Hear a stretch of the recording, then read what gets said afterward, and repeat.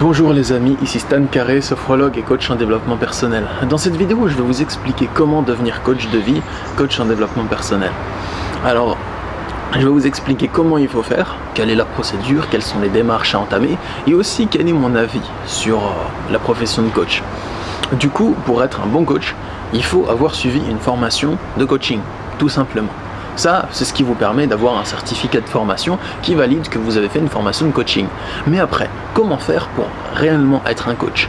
Alors déjà, si je peux vous donner un conseil par rapport à la formation, je vous invite à choisir une vraie formation avec une interaction avec un formateur et pas juste un pack de, de 5 heures de vidéo pour vous former au coaching sur internet. Ça suffit pas, parce que le coaching, c'est pas juste un ensemble de données, d'informations que vous allez ingérer et qu'ensuite vous allez recracher par cœur. C'est une gymnastique d'esprit qui vous permet d'écouter les autres personnes sans jugement, de comprendre leurs problématiques, d'établir des objectifs avec elles et de les accompagner pas à pas vers l'atteinte de ces objectifs, au niveau stratégique et aussi au niveau du travail sur leurs émotions. Du coup, pour être un bon coach, il faut que vous ayez une formation où vous vous êtes fait superviser par un formateur humain et pas juste par un pack de vidéos, car cette personne pourra vous corriger si vous avez mal compris des choses, vous donner des indications pour progresser à chaque fois. Donc moi j'insiste et je trouve que c'est vraiment très important de faire une vraie formation de coaching, que ce soit des cours en e-learning ou en présentiel, mais au moins que vous ayez un superviseur, c'est très important. Donc choisissez une école de coaching qui vous convient, qui semble vous convenir, qui est en accord avec vos valeurs et ce que vous attendez d'une école de coaching, l'ambiance, la dynamique.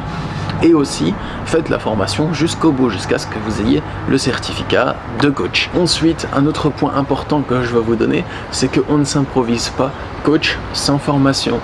C'est une erreur que j'ai faite au début, mais par contre, après, j'ai fait une formation, j'ai fait des formations de coaching et de sophrologie, et je vois que ça change vraiment tout, ça n'a absolument rien de comparable. Il y a beaucoup de gens que je vois faire ça sur internet, qui se disent coach en développement personnel, mais qui ne sont pas formés au coaching et qui ne savent pas comment réellement pratiquer le coaching. Ce qui est important, c'est de savoir comment pratiquer le coaching. Ça ne conseille pas à donner des conseils aux gens parce que vous avez regardé beaucoup de vidéos de développement personnel ou beaucoup de vidéos de spiritualité. C'est pas ça qui fera que vous êtes vraiment un coach. Pour être un vrai coach, il faut être formé à l'écoute de la personne, à la détermination d'objectifs et avoir des outils pour aider une personne à progresser quelle que soit la situation.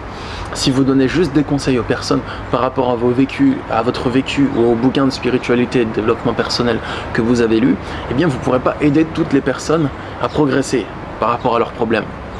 Vous pourrez simplement conseiller certaines personnes qui ont vécu des situations qui sont similaires à ce que vous avez déjà vécu. Mais une personne qui arrive avec un problème que vous n'avez jamais rencontré, que vous ne connaissez pas, vous ne pourrez pas réellement l'aider à progresser. Et le but du coach, c'est d'aider une personne à progresser dans sa vie. Ensuite, pour devenir un bon coach en développement personnel, eh bien, comme le dit le vieux proverbe, c'est en forgeant qu'on devient forgeron. Donc c'est en coachant qu'on devient un coach. Il faut pratiquer le coaching. Au début, vous allez galérer dans vos premières consultations, vous allez galérer à déterminer les objectifs avec votre client, mais c'est en pratiquant, plus vous avez de consultations, mieux vous allez arriver à coacher les gens. Donc plus vous allez devenir compétent. Pratiquez le coaching le plus que vous pouvez et du coup, vous allez vous améliorer de consultation en consultation. Et c'est réellement en pratiquant que vous allez comprendre ce que c'est que d'être coach et que vous allez comprendre l'intégrer de par votre expérience, par le vécu, et pas simplement parce que vous avez lu un bout de papier ou écouté une vidéo qui vous donnait les caractéristiques d'un bon coach, mais parce que vous les avez ressentis dans votre être, que vous les avez vécus et éprouvés. Et dernièrement, pour devenir coach, eh bien je pense qu'il faut ouvrir un cabinet.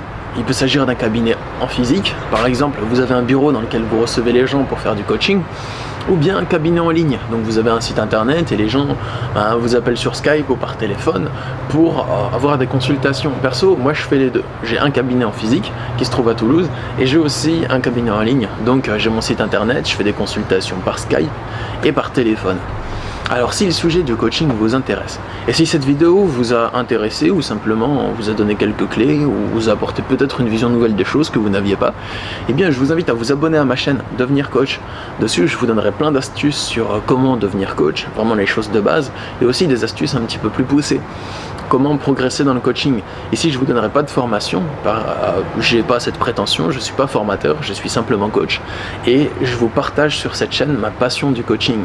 Donc je vous donne ma vision de la chose, ce qui pour moi personnellement est important dans le coaching et je souhaite simplement vous le transmettre. À vous de voir si ça résonne en vous ou pas.